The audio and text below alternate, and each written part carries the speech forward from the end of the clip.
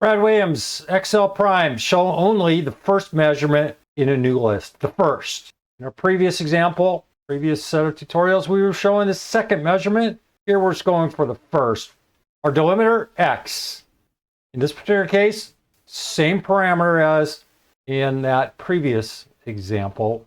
We have the spaces, we have the quotes, we have the space, then the X. In order for this to show 14 feet without a space, we need to include in this delimiter the spaces. True, we're stating this is case sensitive.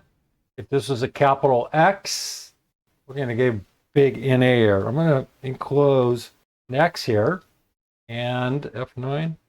Oh, I'm sorry, it's case insensitive. So you can see in this example, it changed that lowercase x to uppercase, and we're still getting the same output. The next example is the status quo, lower x. Mess around with this, read it if you need it. Look at the anatomy. When I looked at this in a blink, I thought it was case sensitive, and that's why I made this change, but it's case insensitive. We could note that. You could put false in here. It'd say case sensitive, and this is going to throw an error. If I just put in false, notice we get that NA error.